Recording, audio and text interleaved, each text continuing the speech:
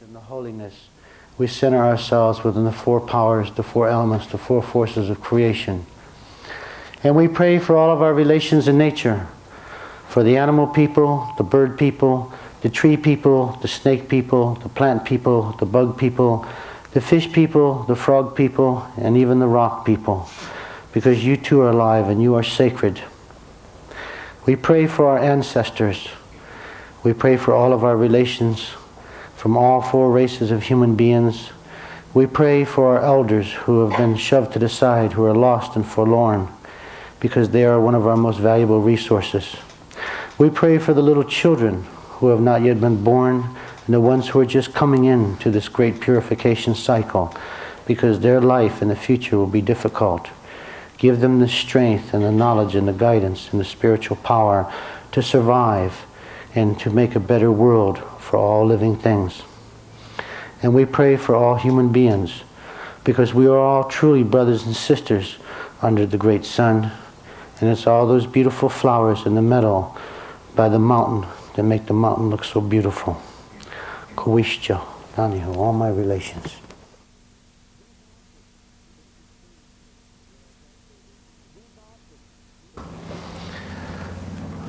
These objects that you see that I brought here with me, these are sacred tools. These are the tools that my people have used. Can you hear me? Yeah. I think my female grizzly bird tooth, she's trying to get in the act here. These are the tools that our people have used for thousands of years. They're ancient, they're primitive, they're archaic, but they're still alive. And I probably should share some of them with you. This right here is a red-tailed hawk, a beautiful hawk. The hawk is the seer. The hawk is the protector. The hawk can travel long distance. She's always flying around like that. And through my training, I was fortunate enough to make contact with many different kinds of powers and spirits and forces. And one of them is the hawk. She's like my eyes and my ears. When I'm traveling down the road, she will come in and warn me of danger. If it wasn't for the hawk, I would not be standing here or sitting here and sharing and talking with you people today. I'll give you a quick example. One time, and I don't drive like a maniac all the time. When I get around white people in the city, I kind of get like that. But one time I was having to do a lecture and I had to go over on this reservation. And it's pretty rough because the mountains are dangerous and windy roads, and there's rock slides, and there's logging trucks, and all those guys are on what you call beaners, I guess, you know. They're getting paid by the load, so they take whatever it is, I don't know, something, and it makes them kind of wired. This thing is the same thing as in coffee here, eh? So it's very dangerous. And here I was really rushing. I thought, oh gee, and I was rehearsing through my mind what I was going to say in this workshop and how I was going to do it, and I was kind of going through it in my mind. And all of a sudden, in the middle of nowhere, this hawk flaps her wings like that and dove right toward my windshield. Without even thinking, in a split second, I slowed my truck down and I started singing a prayer song. I said, Ayukui spegi, ayukui kuch, kuishcha, ekonur wulachek. This is, hello there, my friend, the hawk, Spiggy's hawk, Cooch, grandmother.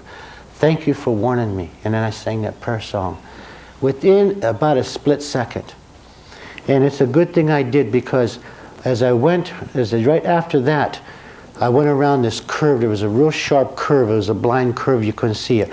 Right in the middle of nowhere, here's some crazy dude driving this huge bulldozer. You know, I guess he was grading the rocks and stuff off the road. If it wasn't for that hawk, I would have been a pizza. He'd been calling me Grizzly Bear Pizza. I wouldn't be here today. To me, that's sacred, that's special. On here is the raven and the crow. That's another one of our relations. I talk about what the raven did for me in my book. Many times that raven has saved my life. First thing when I get here, there they are flying around. They're not just birds, these are spirits. All these things. There's two sides to everything. Just like you're physical, you two are spiritual. That's just not a bird. That's not just a coincidence that you see these things happen like that. Everything is by design and for a reason. They're sacred. And we're fortunate to have them here.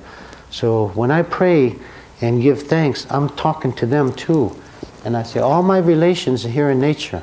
I ask for permission to be in your home, in your territory.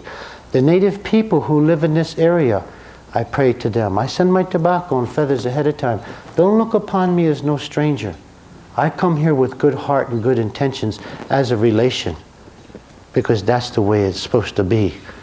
So when I come here, look upon me as a brother, as a friend. Don't look upon me as, what I was thinking in Indian, the words Keniyaka means foreigner. Not a foreigner.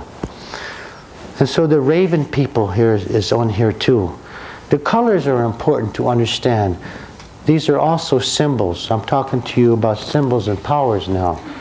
In the color red, it represents the east. That's the grandfather sun. That's the wisdom. That's the rebirth, the dawn of enlightenment.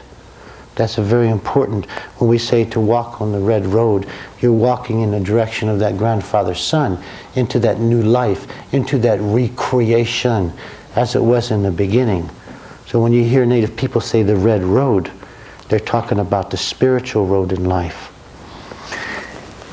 This here, that was a leftover squash that we had, and we didn't know what to do with it. We didn't want to waste anything. But I'm serious. And that's a squash. It comes from the earth. It has the colors of the earth. It's the color yellow.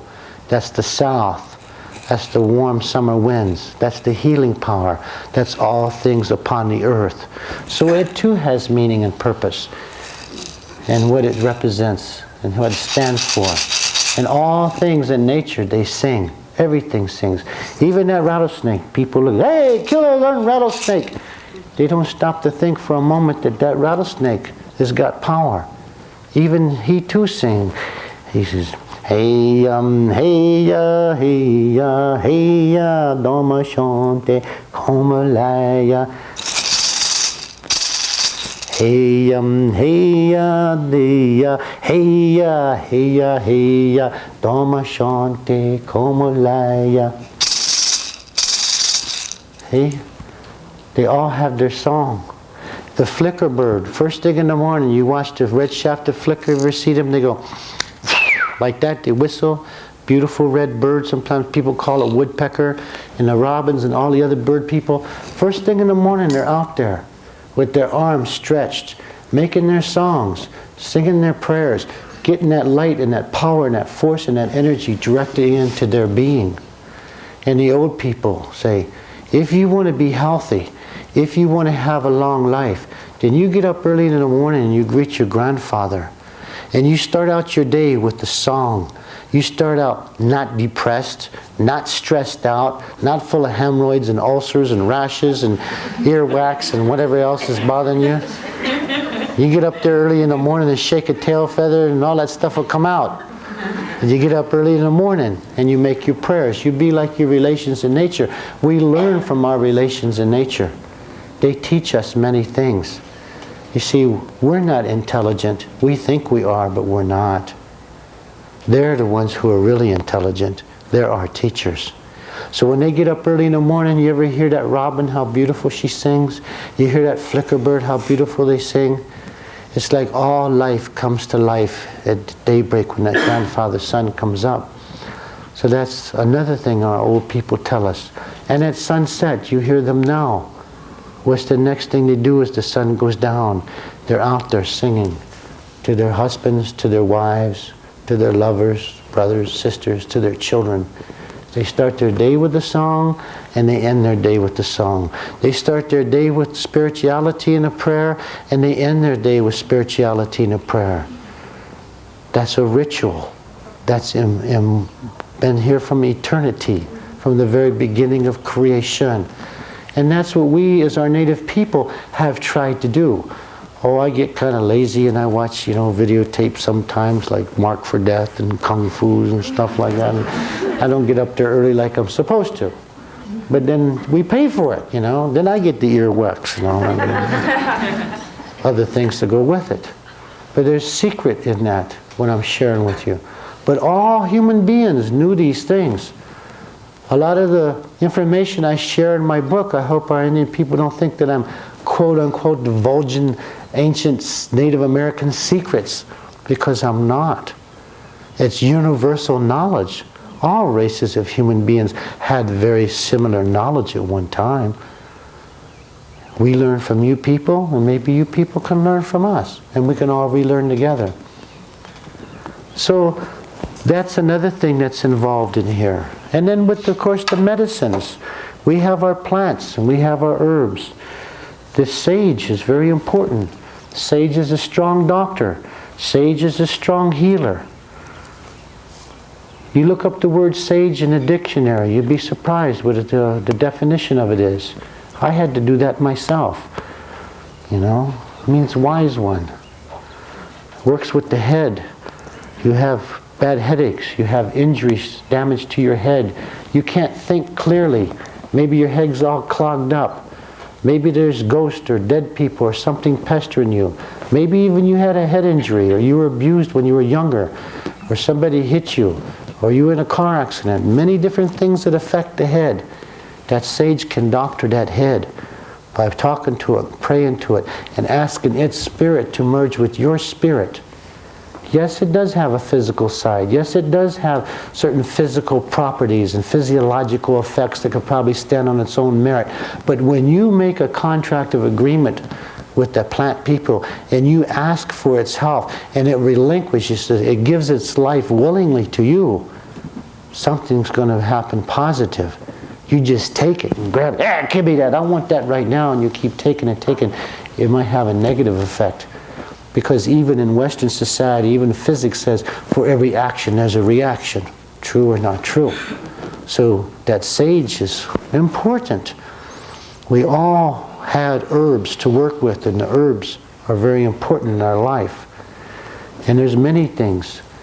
This woman, these people, I shouldn't say nothing, but there's a lady in here, you're having trouble with your kidneys. You know, and you keep having these problems. Some of it's a carryover from the childbirth that you had. And those infections that you get. This sage can help you very much when you boil it up and you talk to it and pray to it and ask it to doctor you, drink it.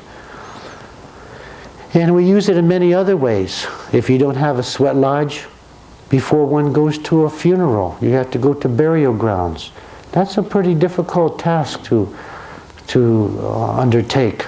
Psychologically and emotionally, you know, your head's throbbing and you're all upset and you're crying, and you know, death is something that's not dealt with in Western society. It's hard for a lot of people to deal with death. So in our old way, we would boil this up and we would bathe in the sage to kind of protect us from any kind of contamination that's at these funerals and at the cemeteries, from the blood and from the deceased people and from other things and forces and spirits that's there. And then when we come back, we bathe in the sage. When you get done from there, you come back, you bathe. Traditionally, we use the sweat lodges. Even a long time ago, the white people, they too used the sweat lodges. And the blacks, they bathed in herbs. And the Asians, they bathed in herbs. All races of human beings knew the use of herbs with ancient rituals for doctoring and healing. And the cedar. The cedar represents like the female power. I hear a lot about women's liberation and feminism, and a lot of these things are gaining momentum and becoming important in society. And I think that's good, as long as they don't get carried too far. Too far on either side is not healthy, it's out of balance. But the cedar, we sometimes refer to as woman's medicine, because it has that beautiful smell. That cedar tree moves with rhythm and with balance and with harmony. And it has those colors of the earth, like representing the earth. And the cedar keeps away bad things. Keeps away bad powers, bad spirits, bad forces, bad people, negative things, negative energies. And there are such things, whether we want to realize it or not. Many of us attract them like a magnet, and we don't know what's going on with our lives. So we smudge ourselves, as you call it. We smoke ourselves up with this cedar. We bathe in this cedar. My little son, I don't know how much time I have here, but my youngest son, Winwolf, when he was first born, and it's a long story to cut it short, but my wife and I were trying to preserve and protect the last of the ancient redwood trees. And we were very politically active, not militants or something like that, but yes, advocates on the behalf of the Creator and the earth and the spirits, and we're trying to preserve and protect those ancient redwoods. And our medicine grounds are Dr. Rock and Chimney Rock and burial grounds. Some people, they didn't like that, you know. They shot at our house, they poisoned our water system, they cut the brake lines on my truck, they took the bolts off of, nut bolts off of my tires, you know. And we kept contacting the sheriff's department, the police. They wouldn't do nothing. Hey, you're just Indians. We don't care. We don't believe that. We ain't got time for that. So finally, I guess they got bolder and bolder, and on the college campus, they came over there and started threatening, harassing, and pushing my wife around. She's a little woman, very beautiful. You probably see a picture of her in the book. They slammed her up against the wall when she was pregnant, and she had my 2 little girls. And our son, Winwolf, was born premature. And he died. He literally died. When he was in the hospital, the doctor come out crying. I knew, because I rushed on down there. I'd already seen it. I already seen it ahead of time in a spiritual way. So I ran down there real quick. And I had several things I had brought with me. Not much. Just these spiritual tools. Very simple things. A couple raven feathers. A little bit of cedar. And a crystal. All you people now are taking an interest in, and you're getting interested in crystals. And they say, well, that's New Age, that's a fad. Or some of the more dogmatic, organized religions say, well, that's witchcraft, whatever that means, or has a negative connotation to it, or it's a New Age fad. These people, they're people, these rocks are alive, they have power. Many different kinds of powers. And so that's what I took, and I rushed into that hospital. And then they tried to block me. No, you can't go in there, you can't go in there. And they was crying. They said, your son died. I said, I know. You did your job, now let me do mine. So I pushed him to the side, and I rushed in there. And I grabbed my little son, and I had that cedar. And I had those raven feathers. And I had that crystal.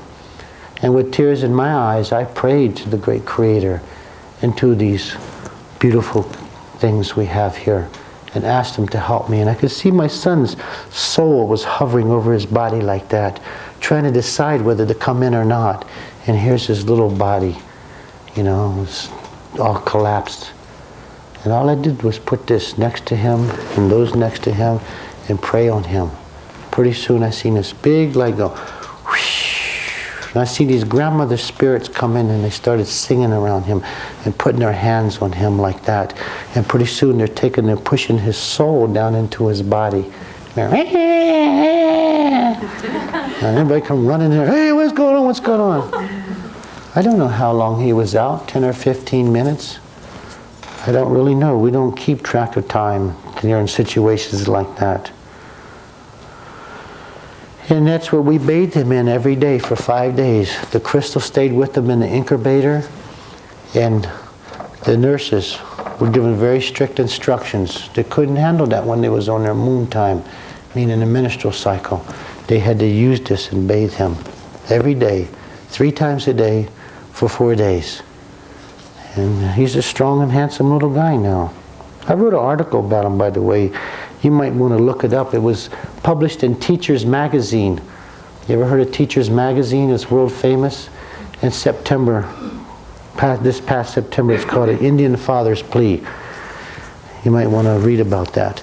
So these are just a few of the objects. Well, there's other things in here. I can't show you everything in here. And then I have my grizzly bear tooth. But they wanted to cover it up because of the microphone. So that's just a little short introduction and orientation. And then there's this one little root here too, by the way. I guess I should tell you I can't leave that one out. That's very sacred in ancient medicine. I even met a Lama one time. Very beautiful man. I dreamt about him. And I found out later he dreamt about me. It'd take you a long time to tell that.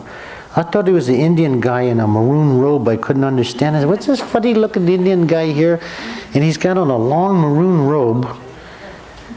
And I said, you know, he don't have no hair on his head. He must be part white or something. I don't know what I couldn't understand that, you know. And then he had this great big golden aura or energy field around him. And I see this eagle, golden eagle flying behind him. And he was standing there. It's kind of like on a mountain or something by a cave. And I was dreaming about him. And he had his arms open. He was calling me. And he called me son. He told me to come to him. He was telling me things in that dream. I kept trying to tell him, well, I don't understand your language. So I tried to talk to him in native language. And he didn't understand either. And so we both quit talking with our mouths and we understood. Anyway, I met him up there too, and he told me about, he had a dream. He was asking people, and he was doing a workshop in Anchorage. He said, I had a dream about this young man. They kind of look like a white man, but he's not. It looked like he's half bear and half human. And he scared me when I saw him in this dream. And he was just dancing around and growling and everything else. He said, he's a doctor, he's a healer. I want to see that young man. But those people were selfish with that Lama. So the people I was doing a spiritual workshop with, I was asking them, and I told them about that dream I had. And they said, well, that's a Lama. I said, no, I'm not talking about no animal, you know, I'm talking about a human being, an Indian. They said, no, you don't understand. I said, well, explain to me. Then when they explained to me, then I understood. I said, oh, okay. Well, I said, yeah, I think he's Indian. But I don't understand that robe. But then they explained the colors, and I understood. You know, we're all ignorant in our own way. So sure enough, I said, well, I want to meet this person. Now, he's a very high spiritual person. I know him. I know him from before somewhere. A long, long time ago before. Not in this lifetime. Well, to make a long story short, he was telling those people that he wanted to meet me, but you know, they hoarded him, you know, they get jealous. This is my guru, you know, this is my Lama, this is my medicine man, you know, you can't touch him, I saw him first, you know. All these people get like that, you know. Geez, my wife's going to make an appointment, I had to make an appointment to see my wife or vice versa, but anyway, the day I was going to leave, he was going to leave, our friend says, well, come on down here, we want to buy you breakfast. And I don't usually eat breakfast. Well, come on down anyway. We eat breakfast, so okay, out of respect, I'll go with you. So I went into this restaurant. All these things I'm telling you is for a reason now. I'm not just meandering around here, you know. Shamans are hard to relate to. I've been having a difficult time with myself all the years. I'm talking to you, but I'm also talking to something else, and I'm listening to other things going on here, so I get back on track. So I went in that restaurant, and we sat down. Gee, it was just packed like this. All kinds of people were all over. And I said, well, we're going to get something to eat in this restaurant. You know, heck with that, let's go somewhere else. No. We got a table reserved. Well, I didn't realize that my friend Jeff Knable had already made arrangements to have a table reserved for us. Really nice guy. So it was way in the back. So I went back by that table and I was drinking coffee. And then pretty soon I heard all this murmur and all this noise going on. Everybody's getting all excited. And I thought maybe the governor was coming there or something. I didn't know. You know how people act when somebody important's coming? I knew they weren't there for me. That's for sure. You know, I wouldn't want them to be there for that anyway. And all of a sudden this guy, sure enough, here comes this bald-headed guy in, just like I'd seen in this dream. And I kind of called him and said, hey, that looks like that man I dreamt about the last couple nights. They said, yeah, that's that Lama something. I got his name wrote down in here. I don't even know if I know how to pronounce it. It's in my wallet somewhere. It's a really nice guy.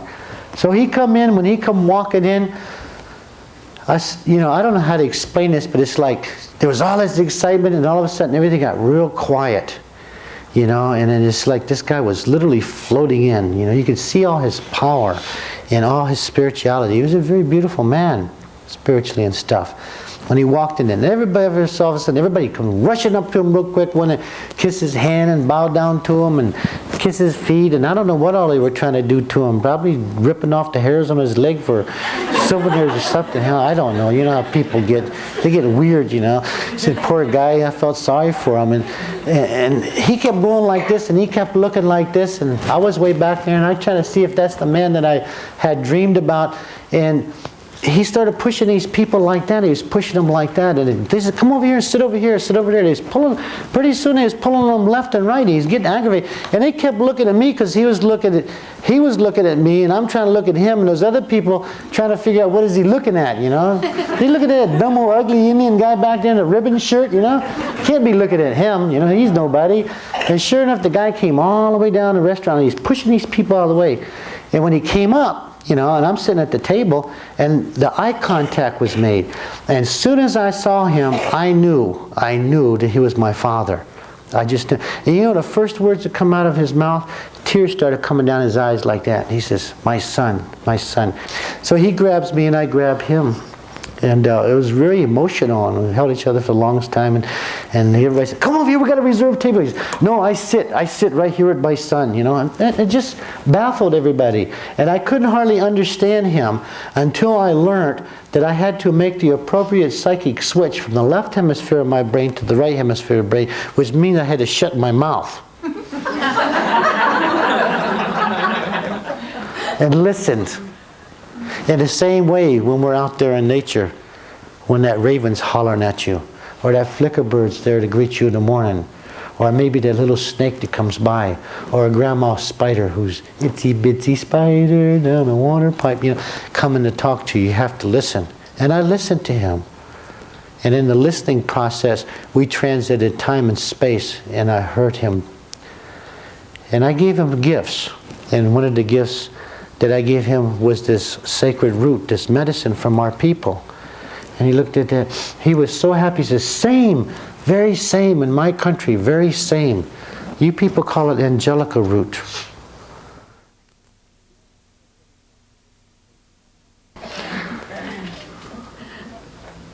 You don't wake up one morning, you don't say, I want to be a medicine man. I want to be a medicine woman. It doesn't work that way. In fact, with me, it's very strange because I don't fit the stereotype. Some people... I've been to just about every Indian reservation in the United States. I've never had one Indian person come up and ask me, are you Indian? Not one time. White people ask me. I even had a few blacks, a couple Asians, outer space people, ask me. But I've never had an Indian person ask me one time, are you Indian? They know. So you're born with it. You inherit it. It's willed to you. You just don't wake up one morning and say, I want to be a medicine man. I want to be a medicine woman. I've never stood up, to the best of my knowledge, in front of a crowd or a group of people and said, that's what I am. Or that's what I want to be. It's in the bloodline. It's genetic. It's something that goes way back. My great-grandfather, my great-grandmother, my grandma, my relations back, they were that way. Maybe some people, modern-day Indian people, even from my tribe, who really don't even know me. They might even question that. But that's okay, we know. It's the same thing with my wife. She goes back many generations. If you used to read the famous grandfather of anthropology, A.L. Kroeber. You guys went to college, you took anthropology classes. They talk about Kroeber as the grandfather of anthropology. In the same way they talk about Freud as the grandfather of psychology. They never say grandmother of philosophy, I don't know why, but we're getting there, aren't we, ladies? But they always refer to these grandfathers. Well, he was a very important man, and he became famous by studying my wife's people and documenting her. And in my book I talk about her great-great-aunt Fanny Flounder, and her mother's name was Mrs. Tipsy. Well, it comes down through the bloodline like that. You're born with it, you inherit it, it's willed to you. Sometimes it even skips over a generation. Sometimes the people don't want it. But it's not like I said, it's not like you wake up and you decide that's what you want to be. It don't work that way.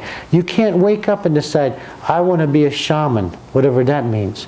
I want to be a native doctor or a medicine person, and I'm going to go to college. I'm going to go to school for it. I'm going to study it, and that's what I'm going to be. Or I'm going to take a 4-week shamanistic course or something. It don't work that way.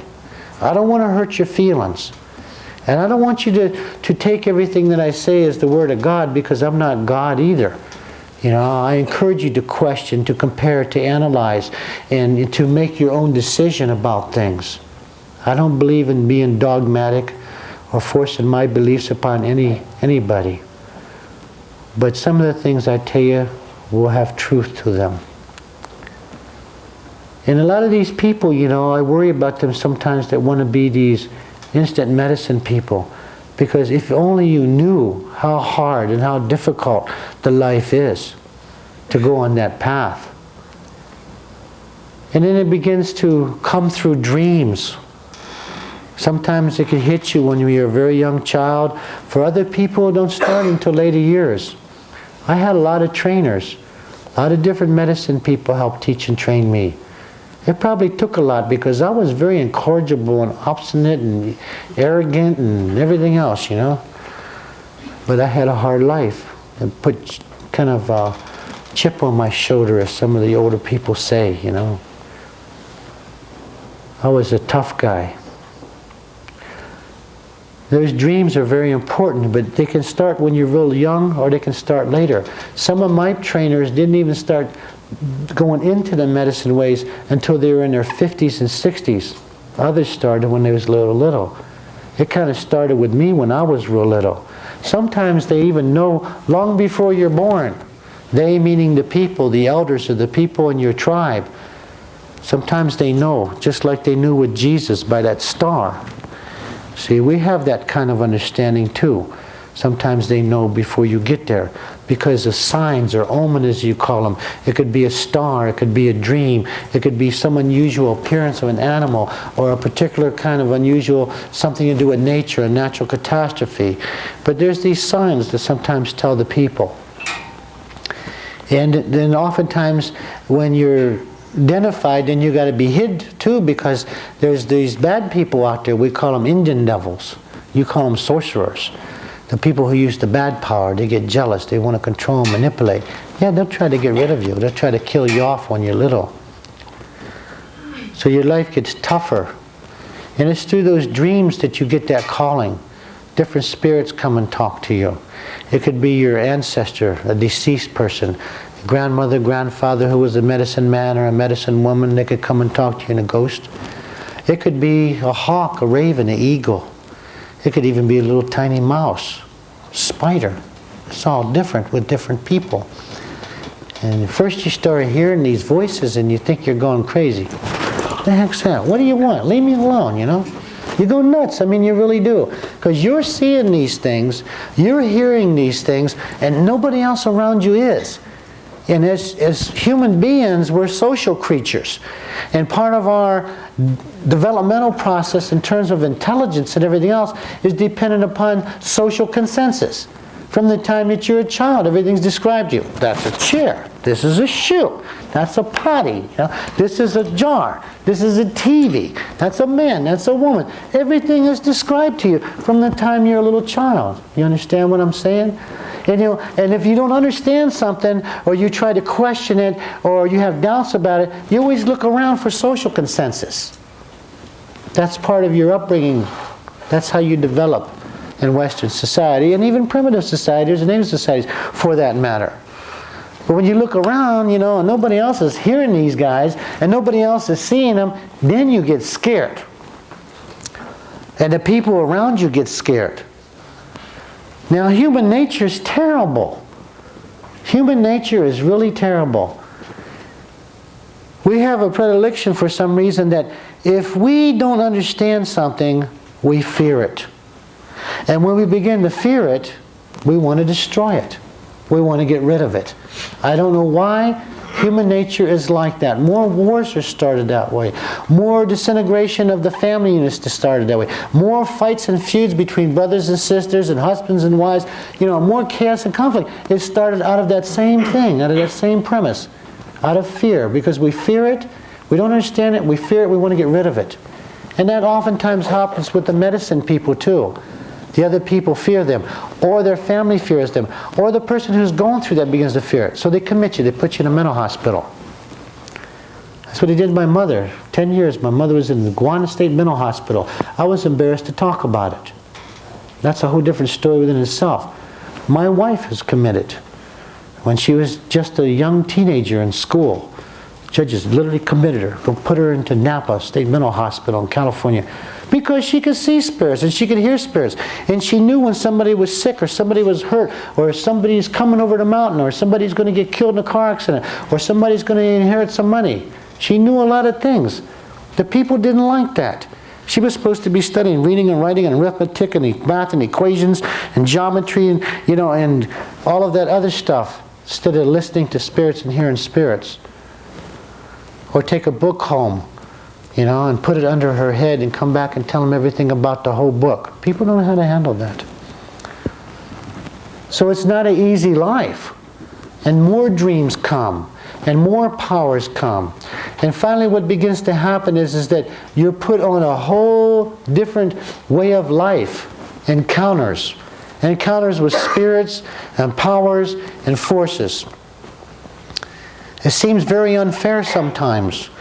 You get sick, you get hurt, you have accidents, maybe you end up getting some kind of disease. You could be mangled in a car, you could be shot or stabbed, you could have a near-death experience, you could even literally die. 3 times in my life I've been pronounced clinically dead. You can actually die. But when you go through that and you overcome that, that becomes your school. That becomes your college. That is your training ground. And as you overcome one problem, whether it's mental, physical, emotional, or spiritual, through the help of elders or through other people or through your own dreams or through your own powers, then you go on to learn more and another experience comes.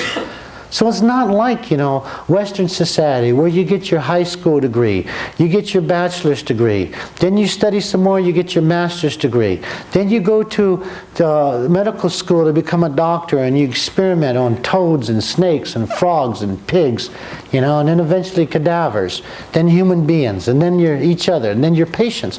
It don't work that way in our culture and our society. And it didn't really work that way with what you would call the true shamans of the white society, and with the blacks and with the Asian and with the brown people either. If you want a good book, I think a good book to read is Shamanic Voices by Joan Halifax. I think is an excellent book for laying a good foundation to help you become more sensitive and more aware and more understanding about shamans in intercultural sense, so to speak.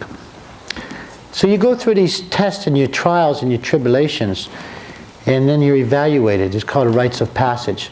Well, different parts of the country, in Indian country I'm referring to, different tribal systems have different kinds of medicine people. You can be an herbalist, okay, that's an honorable profession. You can be a dreamer, you can be a seer, you can be a tracer, you can be a healer, or you could be a sucker doctor or a trance doctor. You can be a spiritual doctor. And in each one of those are steps.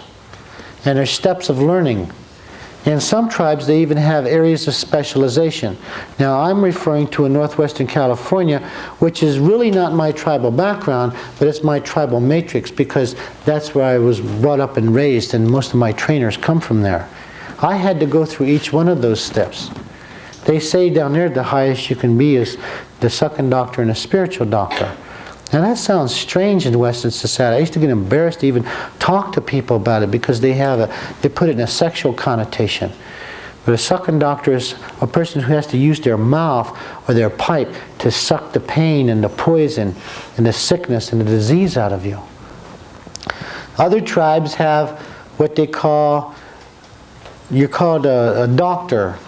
Yeah, different kind of doctor. You could be a bear doctor. You can be an elk doctor, elk medicine man. You can be an antelope medicine man. You can be a rattlesnake medicine woman. You can be a coyote medicine person. You can be eagle medicine. You can have many different kinds of medicines. The powers that choose you, and you don't choose your powers. The powers that you're either born with and inherited and willed to you, you have to learn how to develop and cultivate and make the proper connection with them. You might have all of these different powers working with you, but the only way you can activate them, you got the potential, but you're not applying them, is by going through spiritual training. And dreams are very important in that area, because dreams is what unlocks the whole realm of the spirit world. This is where we get our instructions from other spirits. And from the knowledge that's deep down in our own unconscious mind comes down in what you call the right hemisphere of your brain. The primordial symbols become our learning basis for us. So we have to go inside ourselves, but we also have to go outside ourselves. Am I making any sense to you? Or does that sound like some maniac foaming at the mouth just wandering around? I want some good honest feedback from you. You have to make an inward journey, you have to make an outward journey in order to connect with those powers. And when you do, boy, the sparks fly, things happen. I mean, you know, things really happen. So after the next process, there's an initiation process that you're put through. And usually it's like the vision quest. And for some tribes it might be 4 days and nights. Some of them might be 7, it could be 10, it could be 30. Come in.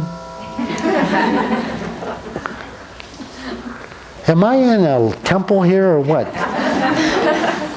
Sangha, is that what they call it? So, to understand the process of becoming a medicine person is there's many different kinds. One category, if I had a blackboard or something here, I'd draw for you, but I try to make the analogy in my book.